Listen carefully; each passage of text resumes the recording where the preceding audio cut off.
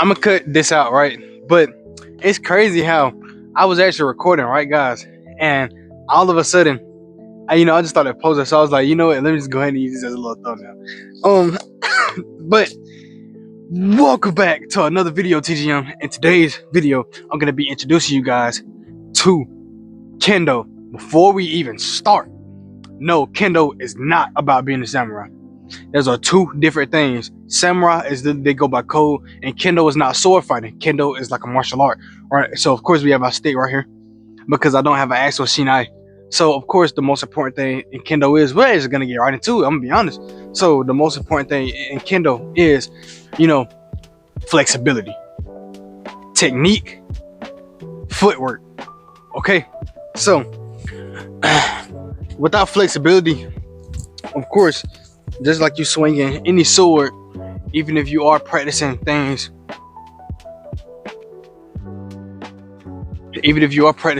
of like the samurai, and of course you can't fling your arms over your head like this and swing down and go all the way down like this if you don't have any flexibility. Your arms can't reach over your head if you don't got no flexibility. You can't do anything with your feet if you don't have any flexibility. You can't move your foot. You can't move your feet. I'm gonna show you guys my feet. Bear with me now. Don't click off the video. Yeah. So you can't do anything with your feet. And of course, you always want to be barefooted, even if it's for any martial art. Of course, you guys want to stay planted just like this. Or if you guys are left-footed, you want to stay just like this. If you guys find it hard to like keep balance or anything, you can always do some hip stretches and certain things like that. But you always want to stay on guard just like this. And you always want to be informed when you're doing these things. Make sure you keep your feet flat, I believe. Now, I'm not gonna know everything, of course. And another very important thing is Kendo is very full contact. So if I were to actually do this sport with someone, then I would ready my shinai up. After I ready my shinai up, I would get in the form, right? So and then I would step, because then our swords have to come like cross parallel to each other. So and then I would raise my sword up, and then I would strike them.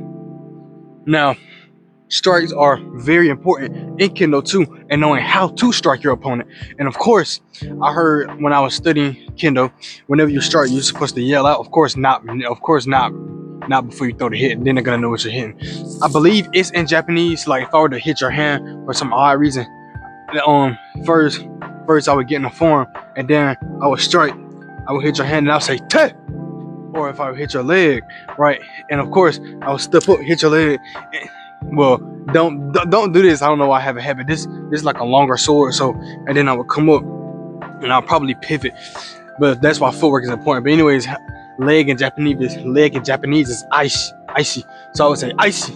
So and then head, I forgot what head is, but I know what face is. So you would say kao, but we're gonna hit each other in the head. Well, not in the face, but like on top of the head, yeah. And like your neck, like actually your throat. Like they would actually hit your throat. That's why you have full gear to protect you. But you would say suki. So I would do this. And you'd be like suki. So another thing that's very important, wrist exercises. Because when you grip your shinai or your sword, right, you're gonna have to grip it hard. Like really hard, to the point where you're gonna have to build like calluses. Like you see one of my calluses right here, but that's just from like lifting, like just normally lifting.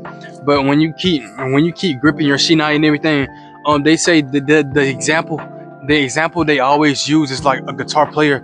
When they like always play guitar, they build calluses on their fingertips so it won't hurt anymore. Same thing with this.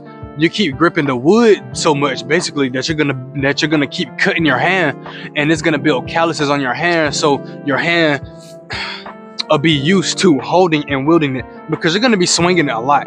And of course, you also want to practice in stance, just bare swings. I know it might be boring, but of course, if you guys ever heard the saying what Bruce Lee says, basically you'll fear someone who practiced one move 10,000 times than basically like a plethora of moves like basically one time. So basically, if I practice 1,000 of these swings, and leaping is also important.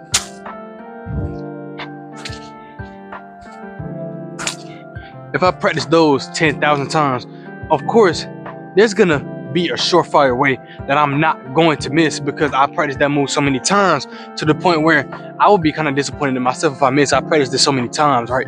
So in form, of course, you can step up, slash, step back, step up, slash, and you guys can also leap. When you leap, you guys use your back leg. So I'm gonna show you guys how to leap. Well, of course, I think it's a leap because it's just like basically like UFC, not UFC, but basically like martial arts in general. So where I basically come up and I basically do this.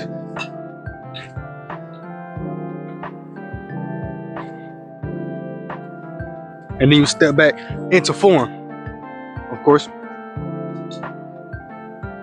Now, with that being said, I'm gonna get into the exercises on what you guys should do.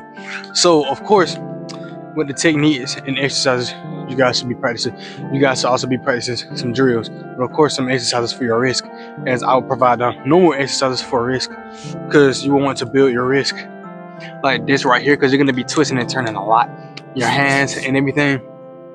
Just normal wrist exercises, but of course stretching beforehand. You guys already know the normal stretches. Make sure you guys work your hips, make sure you guys really work your legs, and make sure you guys really work your arms. And of course, doing arm circles. Of course, I know somebody gonna be like, I don't want to work this just because, you know, it seems simple at beginner. These simple at beginner flexibility exercises really help your body to warm up, especially beginner wrist exercises just like these, and just rotating inwards and outwards, and actually just taking the simple way and just warming it up. So just like this, so you would bend down, you know, just touch your toes normally and everything like that. Or, you know, you could just come out and do like a little squat. So when you come out and do this little squat, you know, you want to come out like this. So of course, just a normal squat. And then, you know, when you want to hold it, literally just hold it. Okay, when you basically hold things like this, you know how you squat and your knees feel like they get tired and tired and tired. You're building your endurance up in your knees. Of course, we might not like it and that might hurt, but that's, of course, you don't have more flexibility in your knees, but the longer you hold it, the longer you can go. So then once you get a little better, you want to stick your leg out like this, and you can do this a plethora of ways. This puts more pressure on your knee too if you lean over here as well. And if you lean over here, it'll put more pressure like on your thighs right here. And of course, you can turn this over and it'll flex more of your quads over here. And of course, you can do the same thing over here, just like this. You want to get into that squatting position. Once you get into that squatting position, you can stretch your leg out. Of course, put more pressure on your knee by leaning over here, right? And then you can come up here, puts more pressure on this side right here, and then you can tilt it over, and it puts more pressure on your quads around right here. And of course, another thing is learning how to simply sit while doing this. Literally, I'm not kidding. Literally learning how to sit. So, because a lot of people can't sit like this. So I'm gonna show you guys a side view, right? So I want you guys literally to stand on your two knees like this. You see my knees, and I basically want you guys to sit just like this. And just lay in the palm of your hands just like this. Because this is how you would sit, and this is how you would basically bow. A standing bow, I believe it's also called ritsuri in Japanese. So you would literally be standing like this. And of course, you will bow and everything. You also pick up your sword. Also standing up. So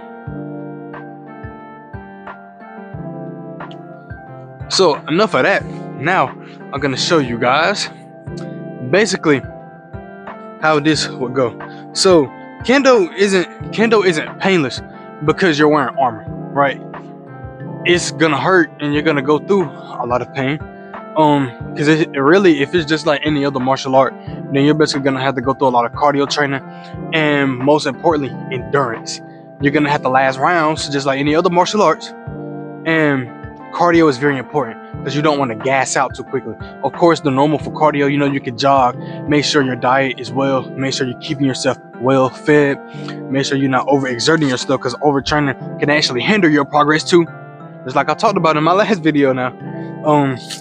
That's something I had to stop doing. So if you guys want some endurance exercises, of course, and for core, you guys need very core stability. Whenever you're doing anything that's like exercise related or physical related, you always want to tuck your core in, because you always want to engage your core and make sure your hips is always in place. That's why hip flexor, that's why hip flexor flexibility is always very important, because when you always doing something, you always want to engage like your whole body.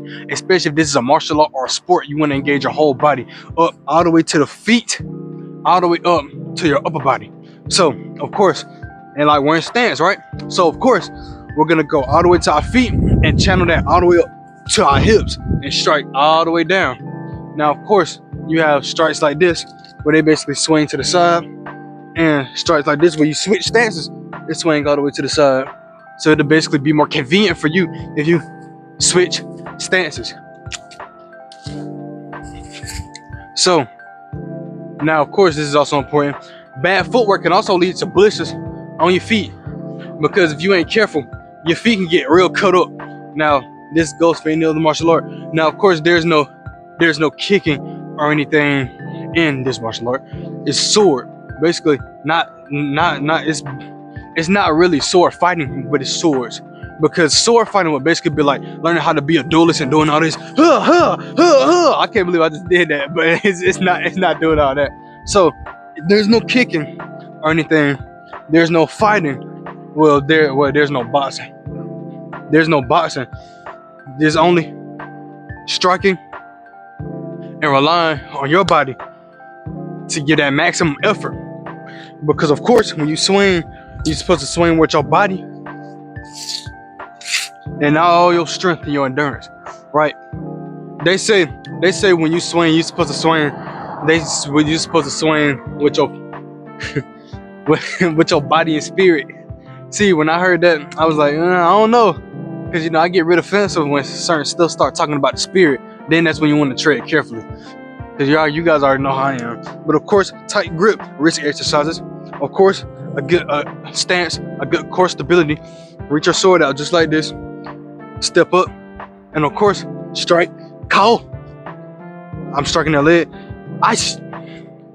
Striking that hand. I'm striking that neck. Suck it. So, things of that nature. Now, of course, I want to prepare. You guys already know I want to prepare more of these ninja videos for you guys in the future. But of course, only you guys can truly take me there. Now, with that being said, I am on the road to 1,000 subscribers. This was just a little video of what I wanted to show you guys, because I've been wanting to do this video, but I want to study more, because there's basically like a lot of drills you have to go over too.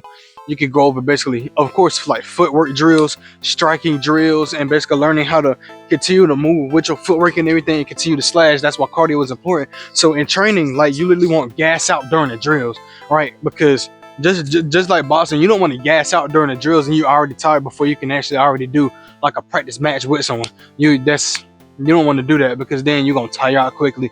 You're gonna be all sweaty. You ain't gonna want to do anything but relax. So with that being said, make sure you guys like and subscribe for this video. This is an introduction, a little introduction to Kendo.